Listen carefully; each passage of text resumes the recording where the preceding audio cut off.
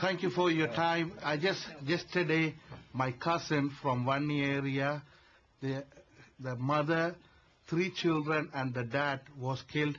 The mother lost 2 of her arms, and allegedly now I'm hearing a story that she's been brought to Vavaniya Hospital, but we can't trace of her. But as far as I'm concerned, in the north and east, the traditional homeland, all the people have voted. 22 out of 23 member of parliament have been voted, and they have been totally ignored on the peace process by the Sri Lankan government. Even here in London, far away from the conflict, I can see the left side of the panel and the right side of the panel don't agree on anything. As the peace is not possible in Sri Lanka, 2-state solution is the only way. Let us live as a 2-nation neighbors. At least try to be good 2 neighbors. Thank you for that point. The lady there. We are talking about child soldiers. You know, last 2 months, there are 700 children died. What happened? I mean, why we are not talking about that?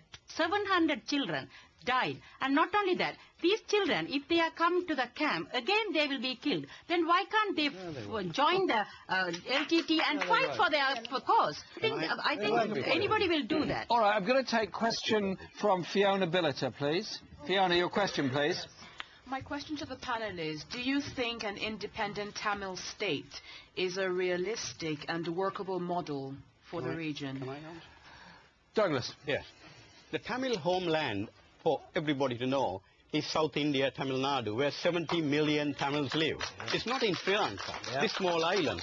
So they're talking about traditional homeland. They have driven out, as I said, all the Sinhalese and the Muslims. Ethnic cleansing was done in the north.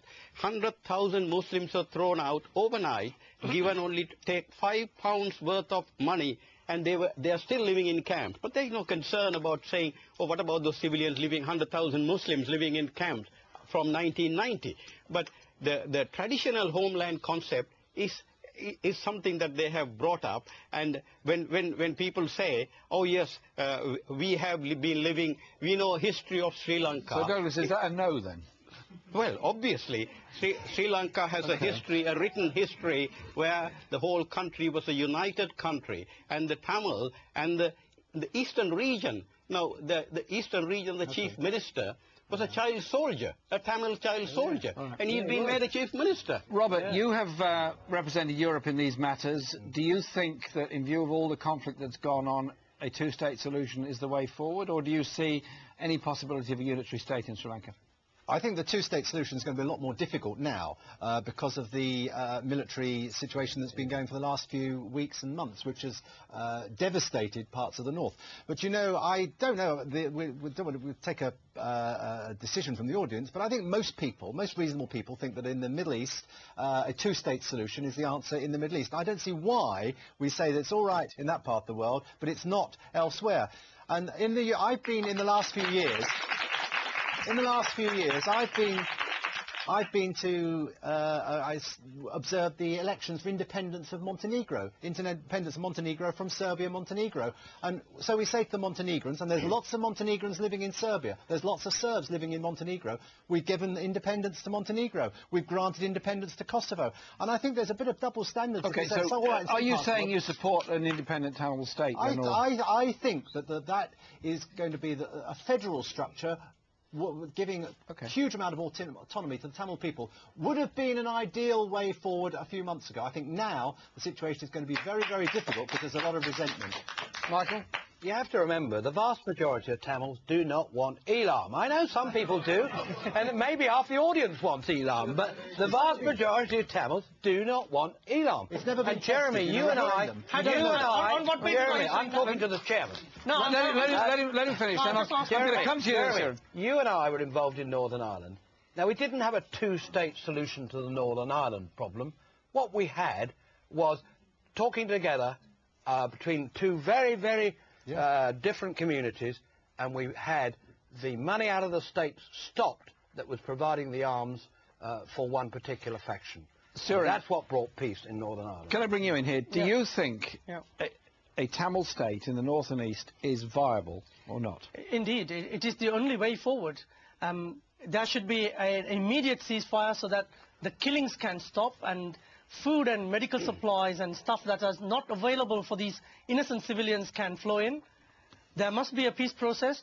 Just like Robert was talking about, there was a ceasefire sponsored by the co-chairs, internationally sponsored ceasefire agreement. Just like any agreement that has been done... Hang on, that was a ceasefire. That doesn't necessarily bring about a solution. Like I said... That is merely a halt in the fighting. Like I said, in the Middle East... They walked out. If you're going to interrupt, then I'll keep talking. Then you walked out. Yeah. No, you carry on talking. It's fine. You've got the floor.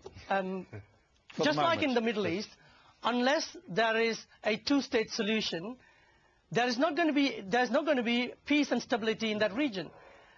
There can be two nations, friendly nations, who can live. So you see a Tamil state as being viable. Okay, audience question. Front row, gentleman there with the blue tie.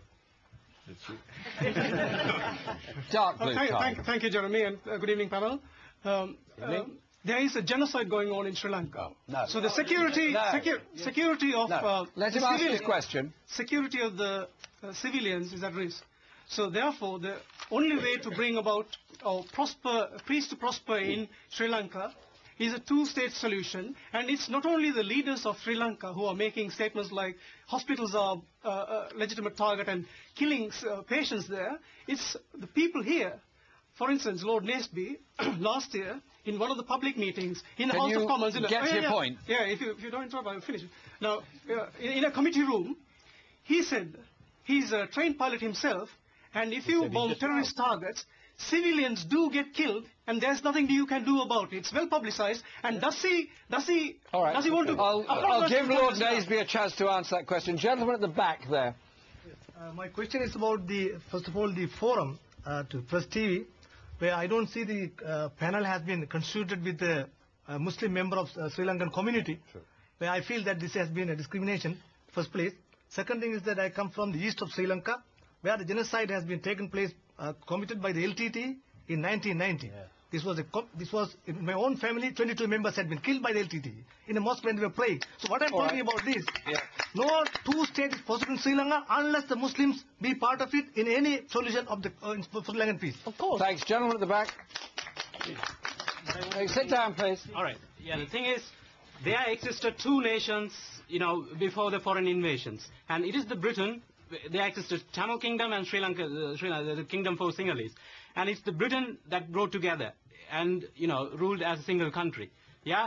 I can compare this to a civil marriage case where, two partners were brought together, but both of them are different in every respect. We are different from Sinhalese in religion and everything. So if the marriage doesn't work out, the only solution is separation. And we people prefer Tamilism.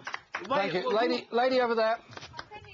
Give with a government that is using cluster bombs and phosphorus bomb and killing all, even small children. They are talking about child recruitment, but violently they are killing. You can't see the pictures even. Okay. Can I put these points back to the panel now? We've heard the allegations. We've heard the discussion about a independent Tamil state. Michael, is it viable or not, really, to do this? Or I'm going to come back to you. Or is it possible that there can be any coming together despite all the bloodshed and all the killing that's gone on both sides? I fervently believe coming together is quite possible. And the Muslim gentleman is quite right. I mean, if you look at the eastern province, that is not Tamil-dominated. The language is more Tamil than Sinhalese, but there is a very important dimension, I think it's about 24% Muslim in the eastern province. 30%. Okay, so thank you very much. So that answers that one. Secondly, the genocide. Now, the gentleman who says there's genocide today is talking rubbish if he's referring to the government. The only people causing a genocide are the Tamil Tigers by keeping the civilians there.